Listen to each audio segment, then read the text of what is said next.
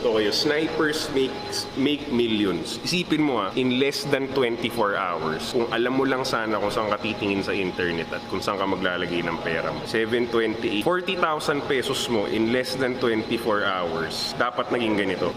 40K, less than 24 hours. Kung alam mo lang kung saan ka titingin sa internet, may 14 million ka sana out of your 40K. Nung isang beses ang nangyari, 5K kinompute ko. 5K ko dapat 12 million in 24 hours. Na-miss out ko 3 fucking times. Pero may pang-apat pa. So there will be signs. Paano natin hindi magagawa ulit yung maling? Yung aaralin ko na... Ikaw na bahala dun.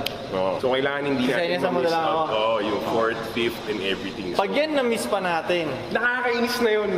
Frank, pwede na ako pero magalit. Pero 3 beses ko na-miss out Galit na rin ako Ang ina 3 beses ko na-miss out nakakainis talaga. Yung miss out ko pa, tipong 15 minutes.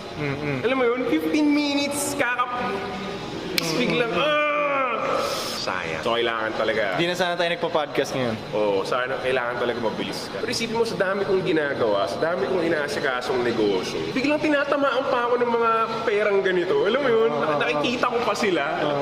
Hindi ko alam hindi ko rin alam biglang nagpapakita lang sa akin. May ganito po. Di lang naiintindihan talaga ng mundo. Pero sa internet, sobrang daming perang nangyayari talaga na daming nababalo mo dapat wide open din talaga yung mata mo. Na yung iba kasing negosyante, sobrang locked in na nila sa negosyo nila.